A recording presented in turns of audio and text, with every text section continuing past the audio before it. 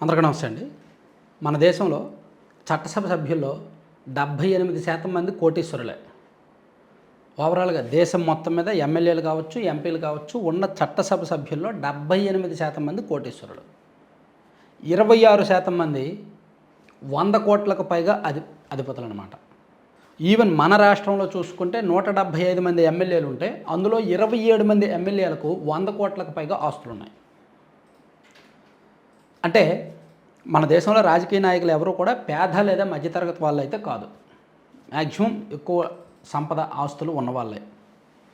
అంత సంపద అంత ఆస్తి ఉన్నా సరే వాళ్ళు ఒక్కరోజు ఎంపీగా పనిచేసినా లేదా ఒక్కరోజు ఎమ్మెల్యేగా పనిచేసినా లేదా 5 ఏళ్ళు పనిచేసినా వాళ్ళు పదవీ కాలం పూర్తయిన తర్వాత వాళ్ళకి జీవితకాలం పెన్షన్ వస్తుంది. జీవితం అంతా పెన్షన్ వస్తూనే ఉంటుంది. ఆ మధ్య మనం చెప్పుకున్నాం చిరంజీవి గారు ఒకవైపు రాజ్యసభ సభ్యుడిగా పనిచేశారు, మరోవైపు ఎమ్మెల్యేగా పనిచేశారు. ఎమ్మెల్యేగా పనిచేసినందుకు ఆయనకు పెన్షన్ వస్తుంది, రాజ్యసభ సభ్యుడు ఎంపీగా పనిచేసినందుకు అక్కడ కేంద్రం నుంచి కూడా పెన్షన్ వస్తుంది. సుమారుగా నెలకి అక్కడ ఇక్కడ కలిపి ఒక 70-80 వేల రూపాయలు వస్తుంది దానికి. మేబీ ఆయన పెన్షన్ డబ్బులు ఏ దాతృత్వానికో సేవా కార్యక్రమానికో వినియోగిస్తే వినియోగించవచ్చు కాక మనకు తెలియదు. కానీ 100 కోట్ల అధిపతి, ఒక పెద్ద సెలబ్రిటీ, ఒక పెద్ద మెగాస్టార్, సో ఆయనకు కూడా పెన్షన్ అవసరమా? సో ఇటువంటి వాళ్ళు చాలామంది ఉన్నారు. ఏదో ఇలా మనం చెప్తున్నాం అంతే, ఉదాహరణకు ఆయన కళ్ళెదురుని కనిపించారు కాబట్టి.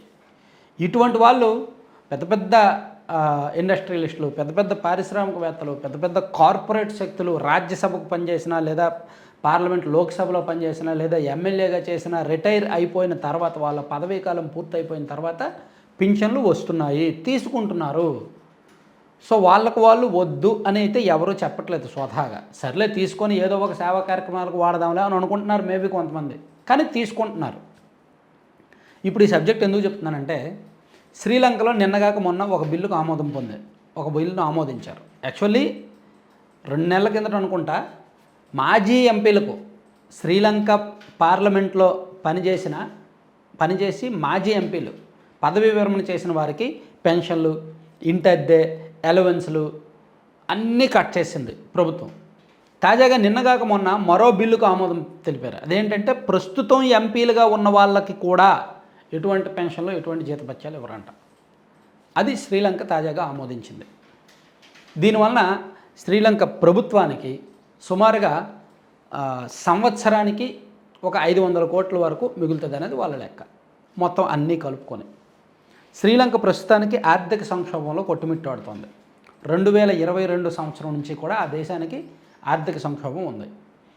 కాస్త గట్టెక్కినప్పటికీ ఇప్పటికీ కూడా శ్రీలంకలో లీటర్ పాలు ప్యాకెట్ 250 రూపాయలు, ఒక కోడిగుడ్డు అట్ట 450 రూపాయలు ఇదే రేట్లో ఉన్నాయి. పెట్రోలు 200కు పైగా ఇదే రేట్లు కొనసాగుతున్నాయి.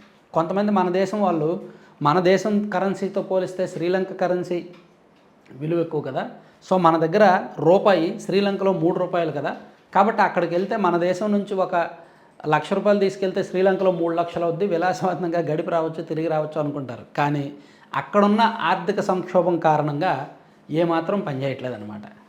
అందుకే టూరిజం పడిపోయింది శ్రీలంకలో. ఈ ఆర్థిక సంక్షోభం కారణంగా టూరిజం పూర్తిగా పడిపోయింది.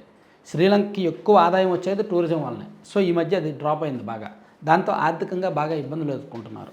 అందుకని ఆ దేశం బయట విదేశీ అప్పుల మీద ఆధారపడుతూనే స్వతహాగా ఖర్చులు తగ్గించుకుంటున్నారు. అందుకు ఈ బిల్లు ఆమోదించారు. సో ఇప్పుడు మన దేశంలో కూడా చర్చ జరుగుతోంది.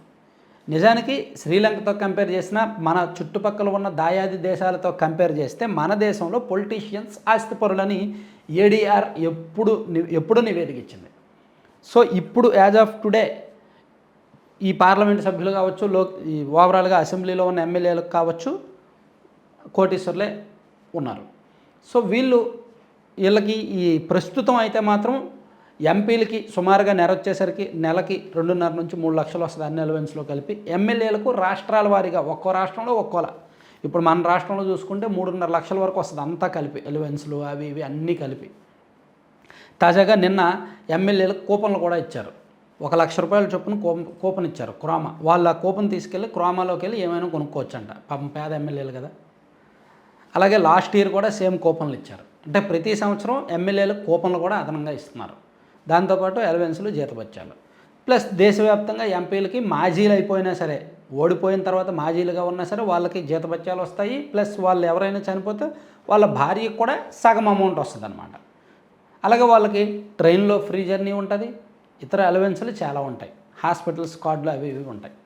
అయితే ఇక్కడ కొంతమందికి అవసరమే. ఓవరాల్గా ఈ పెన్షన్ పొందుతున్న వాళ్ళలో మేబీ ఒక 5 to 10%, 5 నుంచి 10% మంది మాత్రమే దానికి అర్హులు ఉంటారు, దాన్ని వినియోగించుకుంటారు, ఆ అవసరంలో ఉంటారు. కానీ మిగిలిన వాళ్ళు ఆ అవసరంలో ఉండరు. మోహన్ బాబు గారు గతంలో రాజ్యసభ సభ్యుడిగా పనిచేశారు. సో ఆయనకు కూడా పెన్షన్ వస్తుంది. ఆయనకు ఎందుకు పెన్షను? 100 కోట్ల లావాదేవీలు ఉన్నాయి, వ్యాపారాలు ఉన్నాయి, పెద్ద పెద్ద వ్యాపారాలు ఉన్నాయి. సో రాజ్యసభ సభ్యుడిగా పనిచేసిన, లోక్సభ సభ్యుడిగా పనిచేసిన, అసెంబ్లీ ఎమ్మెల్యే ఎమ్మెల్సీ ఏదైనా సరే పెన్షన్లు వస్తున్నాయి అన్నమాట. సో ఇప్పుడు మన దేశంలో ఇది ఎందుకు చట్ట సవరణ చేయకూడదు, మాజీలకు ఎందుకు పెన్షన్ కట్ చేయకూడదు, లేదా స్వతహాగా వాళ్ళకు వాళ్ళు వదిలేసే అవకాశాన్ని ఎందుకు కల్పించకూడదు అనేది ఒక చర్చ జరుగుతుంది. నిజంగా ఇదే జరిగితే మన దేశంలో సంవత్సరానికి 1000 కోట్లు మిగులుద్ది. అన్నీ కలిపి సంవత్సరానికి సుమారుగా 1000 కోట్లు ఖర్చు అవుతుంది. జీతాలు, జీతభత్యాలు, అలవెన్సులు, ఈ ఎంపీలకు ఇచ్చే ఇవి మొత్తం కలిపి 1000 కోట్లు ఖర్చు అవుతుంది. ఆ 1000 కోట్లు మిగులుతుందిగా. ఆ 1000 కోట్లతో ఏమైనా చేయొచ్చుగా. పిల్లలకు ఉద్యోగాలు ఇవ్వడానికో, నైపుణ్యాభివృద్ధికో, లేదంటే కొత్త సంస్థకో ఏదో ఒకటి చేయొచ్చు. ఈవెన్ మన రాష్ట్రంలో చూసుకున్నా సరే సుమారుగా సంవత్సరానికి ఒక 150 నుంచి 200 కోట్లైనా మిగులుతుంది ఈ అన్ని ఖర్చులు వదులుకుంటాయి. సో అందుకే ఇప్పుడు శ్రీలంకలో ఈ బిల్లు ఆమోదించారు కాబట్టి మన దేశంలో ఖచ్చితంగా ఇటువంటి బిల్లు తక్షణమే తీసుకురావాల్సిన అవసరం మన దేశంలోనే ఉంది. ఎందుకంటే మన పొలిటీషియన్స్ పేదవాళ్ళు కాదు. మన పొలిటీషియన్స్కి పెన్షన్ల మీద ఆధారపడి బతకడం లేదు, జీతాల మీద ఆధారపడి బతకడం లేదు. ఈవెన్ లాస్ట్ ప్రెస్ మీట్లో ఒక 15 రోజుల కిందట జగన్మోహన్ రెడ్డి గారు ప్రెస్ మీట్ పెట్టినప్పుడు ఒక మాట అన్నారు. అక్కడ ఒక రిపోర్టర్ అడిగారు, సార్ మీ ఎమ్మెల్యేలు దొంగచాటుగా వెళ్ళి సంతకాలు చేస్తున్నారంట కదా, జీతాలు తీసుకుంటున్నారంట కదా, దొంగచాటుగా వెళ్ళి అని ఒక రిపోర్టర్ అడిగితే జగన్మోహన్ రెడ్డి గారు మా ఎమ్మెల్యేలకు ఏమీ అంత కర్మ పట్టలేదు అని అన్నారు. అలాంటప్పుడు జీతాలు వదిలేసుకోవచ్చుగా. ఇవి కరెక్టే, ఆయన చెప్పింది కరెక్టే. ఓన్లీ వైసీపీ ఎమ్మెల్యేలకే కాదు, ఏ ఎమ్మెల్యేలకే అంత కర్మ పట్టలేదు. సో కొంతమందికి ఉంటే ఉండొచ్చు, బిలో మిడిల్ క్లాస్ వాళ్ళు, మిడిల్ క్లాస్ వాళ్ళు, కొంతమంది రిజర్వ్డ్ వాళ్ళు ఉన్నారు కాబట్టి వెళ్ళారు కాబట్టి ఆ స్థాయికి వాళ్ళకి అవసరం ఉంటే ఉండొచ్చు. కానీ 90% అబోవ్ ప్రజాప్రతినిధులకు ఈ పెన్షన్లు, ఈ జీతభత్యాలు అవసరం లేదనేది వాస్తవం. కాబట్టి ఆ చట్టం తీసుకొస్తే కొంత బాగుంటుంది అన్నమాట. మీరేమంటారు, మీ అభిప్రాయం ఏంటి అనేది కామెంట్ చేయండి. Thank you.